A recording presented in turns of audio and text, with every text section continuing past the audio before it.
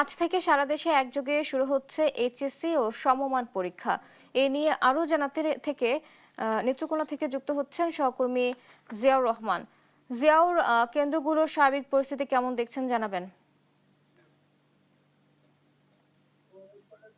বুবলি, আপনি জানেন যে আজকে থেকেই মূলত সারা দেশেই কিন্তু এইচএসসি এবং যে সমমানের পরীক্ষা সেটি শুরু হতে যাচ্ছে।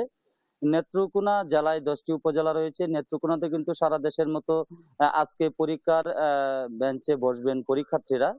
তো আমি যদি একটু আপনাদেরকে জানাই যে এবছর এই এসএসসি পরীক্ষাকে ঘিরে জেলা যে শিক্ষা বিভাগ রয়েছে, পাশাপাশি জেলা প্রশাসন রয়েছে এবং সংশ্লিষ্ট প্রতিটি উপজেলা প্রশাসনের পক্ষ থেকেই কিন্তু প্রস্তুতি গ্রহণ করা সম্পন্ন হয়েছে।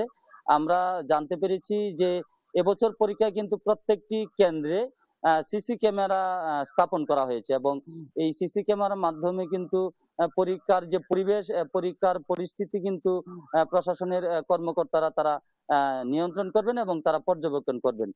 তো এখনো কিন্তু পরীক্ষা শুরু হয়নি। আমি আপনাদেরকে একটু আহ, দেখাবো যে এখানে আসলে এটি একটি পরীক্ষা কেন্দ্র। এটি হচ্ছে নেত্রকোনার কেন্দুয়া উপজেলার কেন্দুয়া সরকারি কলেজ। তো এই সরকারি কলেজ কেন্দ্রের অধীনে কিন্তু এখানে প্রায় 1000-এরও বেশি পরীক্ষার্থী তারা কিন্তু এই কেন্দ্রে পরীক্ষা দিবেন এবং এই উপজেলায় মোট 2টি স্থায়ী কেন্দ্র রয়েছে এবং 4টি ভেন্যু কেন্দ্র রয়েছে। তো এসব কেন্দ্রে পরীক্ষার্থীরা অংশগ্রহণ করবেন। পাশাপাশি জেলার 10টি উপজেলাতেই কিন্তু পরীক্ষার্থীরা তারা অংশগ্রহণ করবে। তো প্রশাসন এবং শিক্ষা বিভাগের যে প্রত্যাশা, তারা বলছেন যে আসলে এই পরীক্ষাটি যাতে অত্যন্ত শান্তিপূর্ণ পরিবেশে এবং নকল মুক্ত পরিবেশে তারা যাতে সম্পন্ন করতে পারেন, সে ব্যাপারে কিন্তু সব ধরনের প্রস্তুতি গ্রহণ করা হয়েছে প্রশাসন এবং শিক্ষা বিভাগের পক্ষ থেকে এবং পরীক্ষার্থীরাও কিন্তু তারা সেরকমই প্রস্তুতি নিয়েছেন। তবে অভিভাবক ও পরীক্ষার্থীদের একটি দাবি যে আসলে যেভাবে ঘন ঘন লোডশেডিং হচ্ছে, পরীক্ষা চলাকালে যেন বিদ্যুৎ সরবরাহ স্বাভাবিক থাকে, তাহলে পরীক্ষার্থীরা তারা তাদের সুন্দরভাবে তারা পরীক্ষা দিতে পারবেন।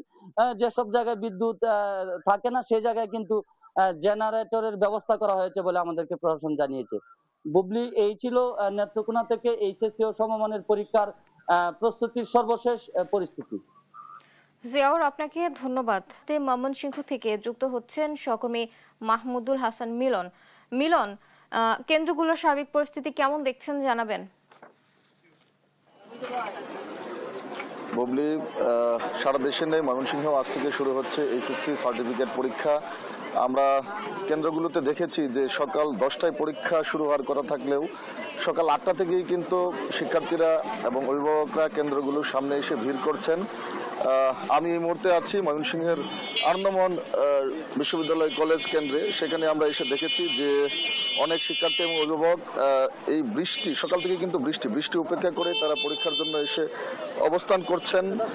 আমরা জেলা প্রশাসনের সাথে কথা বলেছিলাম, তারা আমাদেরকে জানিয়েছেন যে ময়মনসিংহের যে এসএসসি ও সমমানের পরীক্ষা সুষ্ঠু, স্বচ্ছ ও নকলমুক্ত পরিবেশে আয়োজন করতে ইতিমধ্যে সব ধরনের প্রস্তুতি তারা সম্পন্ন করেছে।